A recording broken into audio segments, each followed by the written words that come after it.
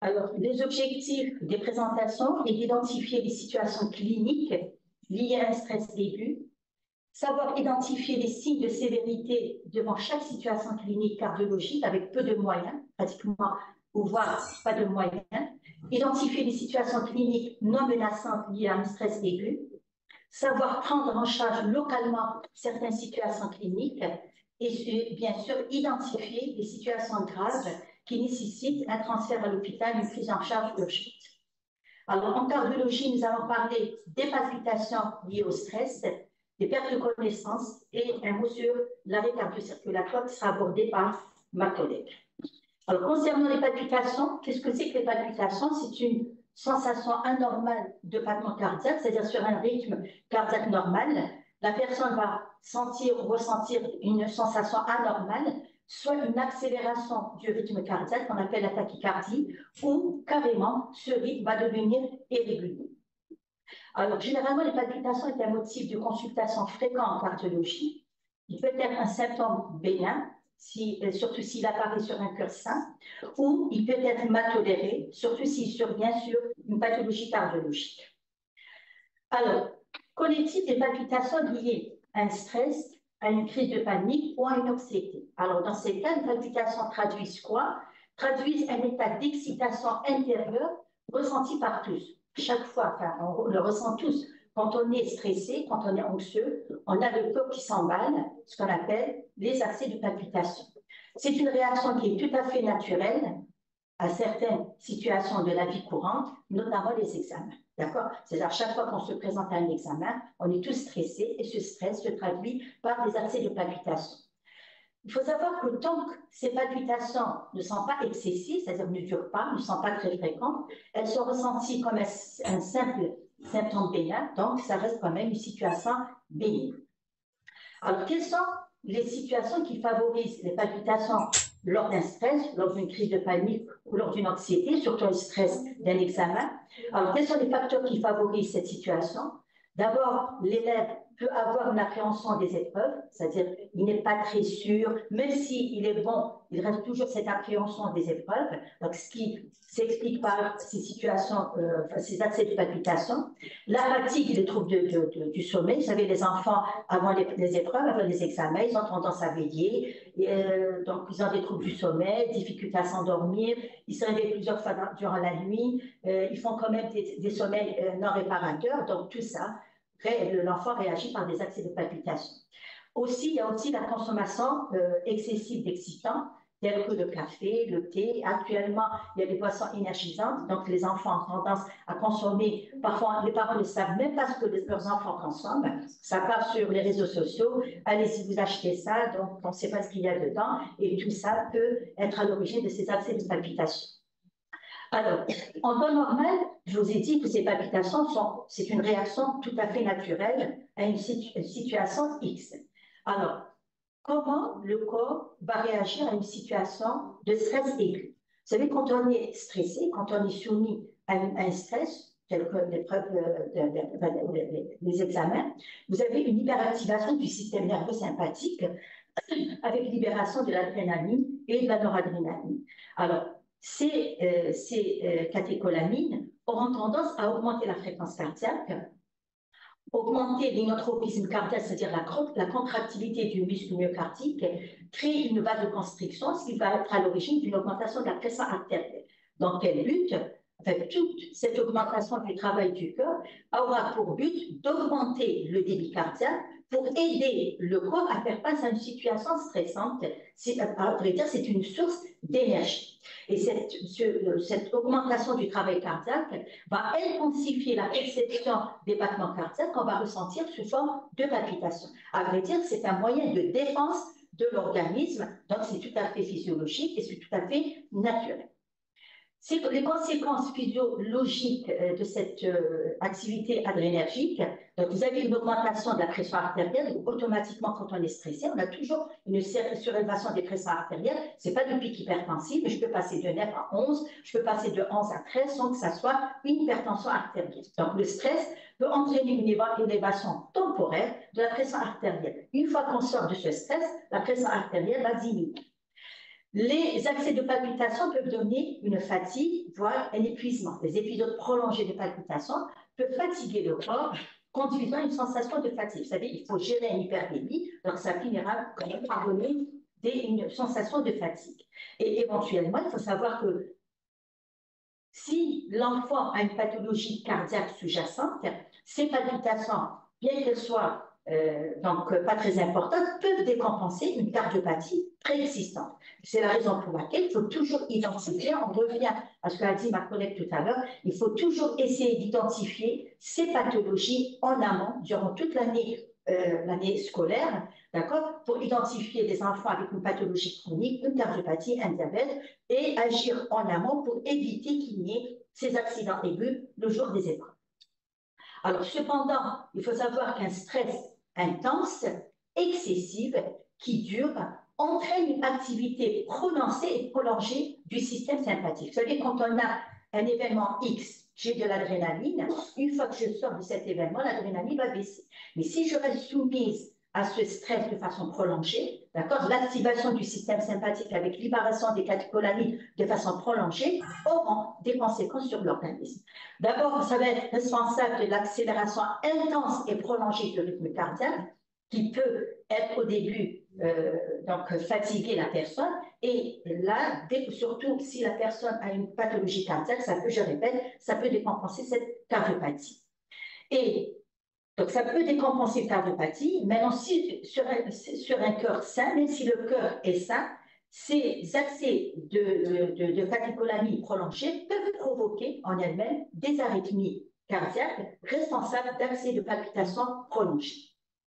Alors, quelle est la conduite à tenir devant des accès de palpitation prolongés? À votre niveau, si vous avez un enfant qui fait des accès de palpitation éphémères qui ne durent pas, il suffit de lui parler, de le rassurer, de le calmer, lui demander de boire et ça va y aller.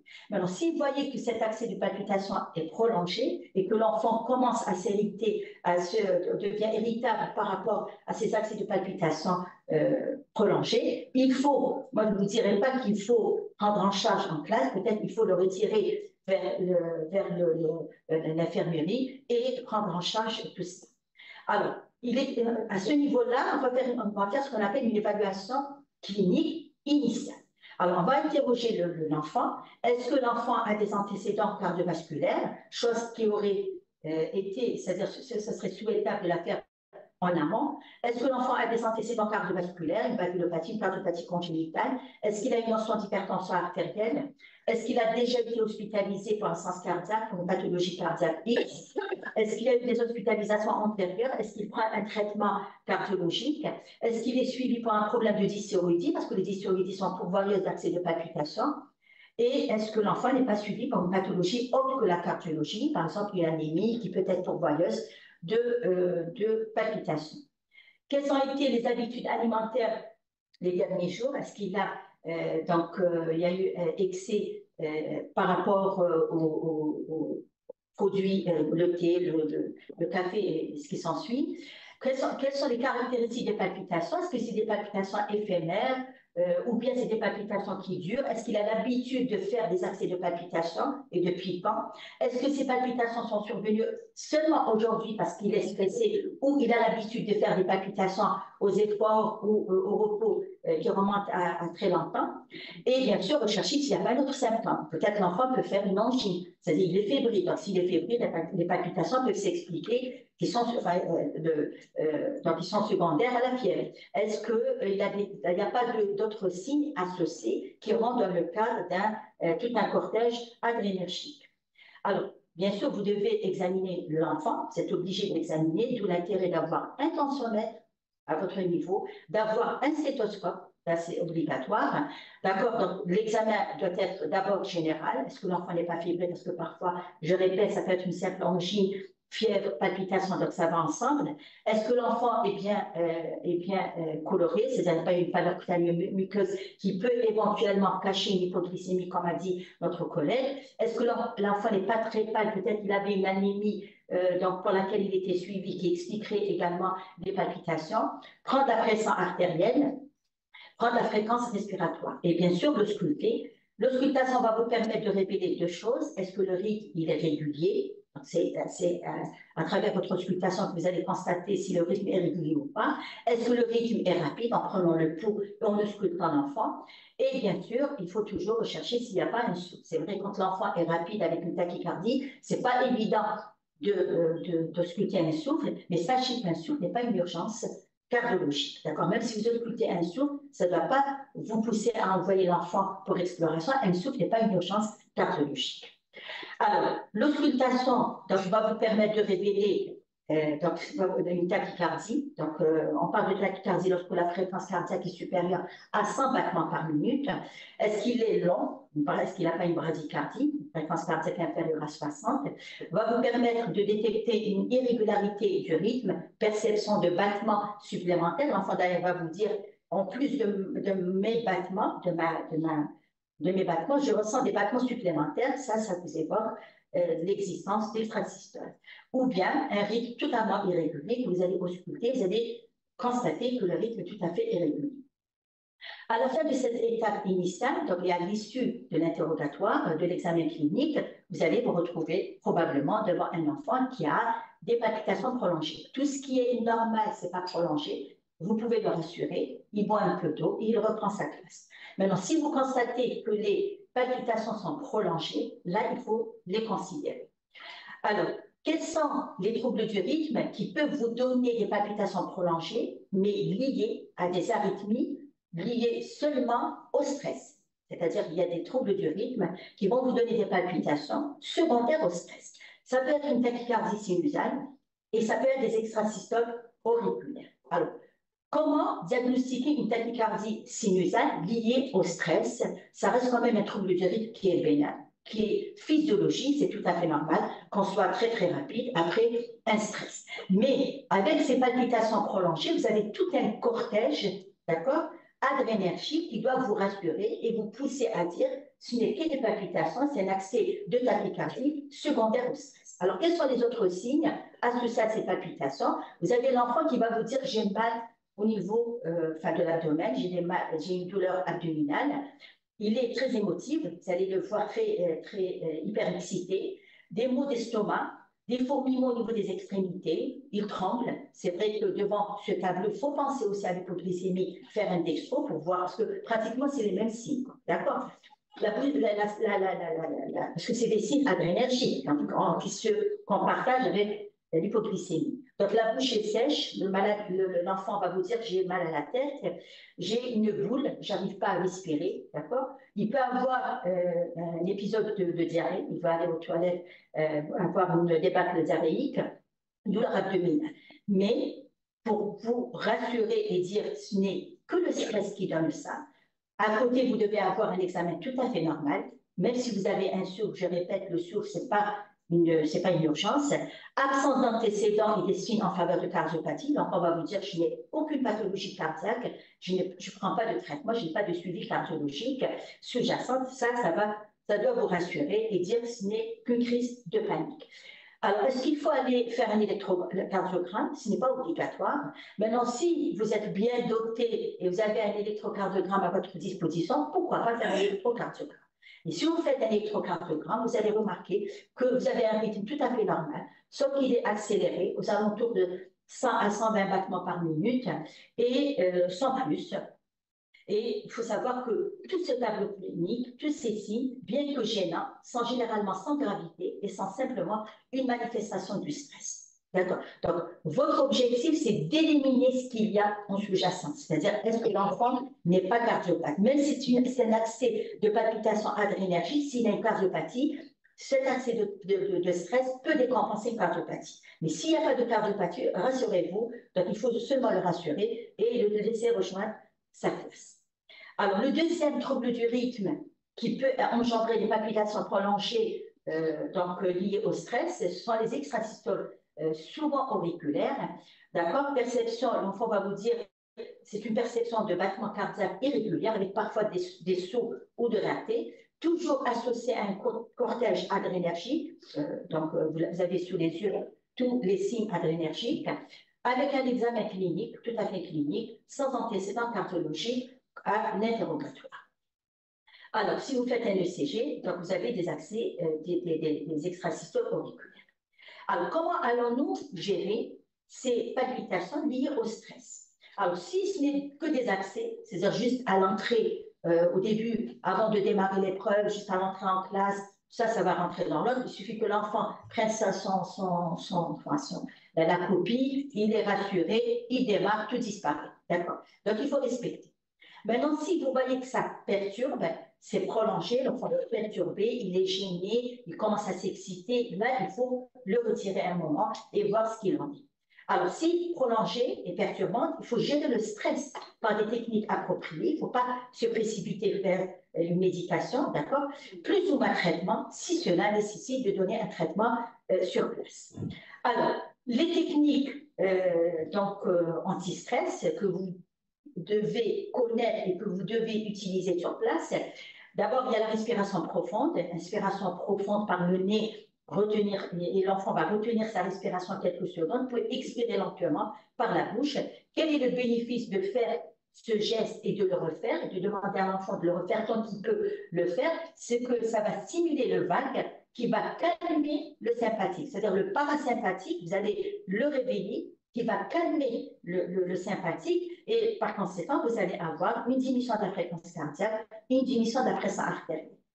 Alors, il y a aussi des moyens de relaxation musculaire progressive qu'il faut apprendre et les montrer à l'élève pour les réaliser. Il contracte ses muscles, d'accord, il se relâche. Ça donne quand même, c'est un moyen pour diminuer la fréquence cardiaque et pour se relâcher.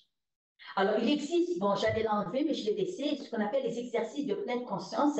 Il faut demander à l'enfant de ne penser qu'à ce jour-là, qu'à cette épreuve, et ne rien, c'est-à-dire de faire abstraction de tout ce qui se passe autour. Parce que les enfants, le jour de l'examen, ils pensent aux parents, ils pensent à la maman. Elle lui a dit, fais attention, si tu ne travailles pas bien en maths, ça va être l'échec. D'accord. Donc, il faut qu'il fasse abstraction de tout ce qu'il y a autour, notamment les parents qui stressent de façon très, très importante leur enfant. D'accord. Je crois que l'enfant doit penser qu'à cette épreuve, qu'à ce moment-là. Et bien sûr, l'idéal, c'est d'avoir au niveau des différents centres, peut-être pas dans chaque centre, un accompagnement psychologique par un psychologue qui doit être présent. Je ne sais pas si dans toutes les structures, ça c'est très bien. D'accord, il suffit de leur parler, de les rassurer, de leur dire voilà, ça va bien se passer et ça va aider l'enfant de façon très importante. Alors, toujours, maintenant, au début, je n'utiliserai que les moyens, d'accord, physiques, c'est-à-dire parler à l'enfant, lui montrer comment respirer pour dégager ce stress. Maintenant, si vous voyez qu'avec tous les moyens que vous avez utilisés, même avec l'apport de la psychologue, ça ne donne pas. On peut quand même aider par une petite thérapeutique, notamment du magnésium, d'accord, en ampoule ou en comprimé. Si vous avez une boîte de magnésium, vous pouvez toujours en avoir sur vous et donner à l'enfant. Alors, le magnésium a un effet anti-stress majeur. Il a une action neurosédative. Il peut contrebalancer les effets adrénergiques du système sympathique. Il permet de ralentir et de régulariser le rythme cardiaque. Il favorise la relaxation. C'est vrai que l'idéal, c'est de le prendre avant, d'accord? Mais si on n'a pas commencé ces procédures bien avant, on peut toujours le donner le jour. Maintenant, si vous voyez que malgré cela, l'enfant fait des crises de panique, vous pouvez toujours utiliser les bêta-bloquants sans crainte, d'accord? Évitez la voie injectable, parce que la voie injectable, c'est l'hôpital. Vous pouvez donner quand même en comprimé et l'effet est rapide. Là, au bout de 15 minutes, 20 minutes, vous pouvez avoir l'effet des bêta-bloquants. Juste un mot sur les bêta-bloquants. Les bêta-bloquants vont contrecarrer l'effet adrénergique du système. Il va bloquer les récepteurs bêta-adrénergiques, donc il va contrecarrer l'effet des catécholamines. C'est vrai que c'est des médicaments qui sont recommandés dans le traitement des troubles du rythme, mais ils ont quand même une indication dans le stress et l'anxiété. C'est-à-dire quand on n'arrive pas à gérer un stress ou une anxiété, une crise de panique, là, on est dans la mesure de donner des bêta-bloquants. Bien sûr, il faut toujours respecter les contre-indications. Avant de donner votre bout de bêta-bloquant, il faut dire à l'enfant, est-ce que vous n'avez pas un asthme sévère? C'est vrai que l'asthme modéré, contrôlé sous traitement, ne sont pas une contre-indication, surtout ce qu'on donne de plus en plus comme bêta-bloquants, dans des bêta-bloquants cardio-sélectifs, qui n'agissent sur le cœur et n'agissent pas ailleurs pour éviter les effets secondaires. Est-ce que l'enfant n'est pas en décompensation cardiaque? Est-ce qu'il n'est pas très lent? Prenez le pouls. On va le donner pour une tachycardie, pas pour une bradycardie. Maintenant, si l'enfant est trop ralenti, il faut éviter de le donner. S'il y a, l'enfant vous dit non, je suis suivi pour un trouble du rythme congénital, MBAB, là, il faut éviter de lui donner. Il existe des contre-indications relatives. Un asthme modéré, bien contrôlé, n'est pas une contre-indication absolue au bêta-bloquant. Et là, il faut favoriser les bêta-bloquants cardiosélectifs. Alors, quelles sont les modalités de prescription de ces bêta-bloquants? Donc, il faut prendre toujours la pression artérielle préalable, d'accord, pour voir si l'enfant n'est pas en hypotension. La fréquence cardiaque pour voir s'il n'est pas en bradycardie. Débuter de faibles doses, d'autant plus c'est des enfants, à vrai dire, hein, d'accord? Donc, il faut éviter de donner de fortes doses. Commencer par un cas, par exemple, de bisoprolol. Le Péros, il est recommandé en dehors de l'hôpital. Augmentation progressive des doses. Si vous voyez que l'enfant est très stressé et vous avez à le garder les 5 jours des épreuves, là, vous augmentez. Vous commencez par un quart. L'après-midi, vous le rajoutez un quart. Vous pouvez augmenter les doses au fur et à mesure que vous avancerez dans les jours. Ne jamais, et puis, une fois que les épreuves sont passées, il ne faut pas arrêter brutalement les bêta-bloquants, il faut les arrêter progressivement en dégraissant les doses progressivement sur 3-4 jours. Par exemple, si vous êtes arrivé à un demi-comprimé, vous allez donner un demi, un quart, puis arrêt. Alors, et bien sûr, surveillant durant toute la durée de l'examen. Alors, quels sont les critères qui vous autorisent à remettre l'enfant, d'accord, c'est-à-dire en classe, c'est-à-dire à le renvoyer en classe, après une situation rythmique bénigne liée au stress. Bien sûr, après application des mesures appropriées dont on a parlé, donc si l'enfant se ralentit, s'il n'a plus de symptômes, si la tension est correcte, sur le plan hémodynamique, il est bien, il n'est pas en essence cardiaque, il est bien conscient, l'état de conscience est correct, là, vous êtes en droit de le renvoyer en classe. Alors, il arrive parfois que ces palpitations prolongées soient en rapport avec des arythmies liées au stress, mais des arythmies graves que vous n'allez pas pouvoir gérer sur place. Alors, si vous avez des palpitations prolongées ou qui se répètent de façon très importante durant toute la durée des épreuves, avec des signes de gravité, d'accord, ou une histoire médicale préexistante chez cet enfant. Alors, quels sont les signes de gravité associés à ces palpitations? D'accord. Si la fréquence cardiaque est très rapide et malgré les moyens que vous avez utilisés, l'enfant ne se ralentit pas, là c'est un signe de gravité.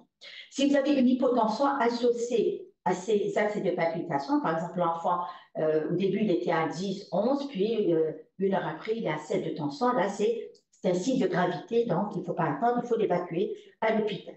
Évanouissement, c'est-à-dire si l'enfant perd connaissance, pas seulement perte de connaissance syncope, l'hypothymie vertige, c'est des équivalents des syncopes. Là, il faut transférer l'enfant à l'hôpital.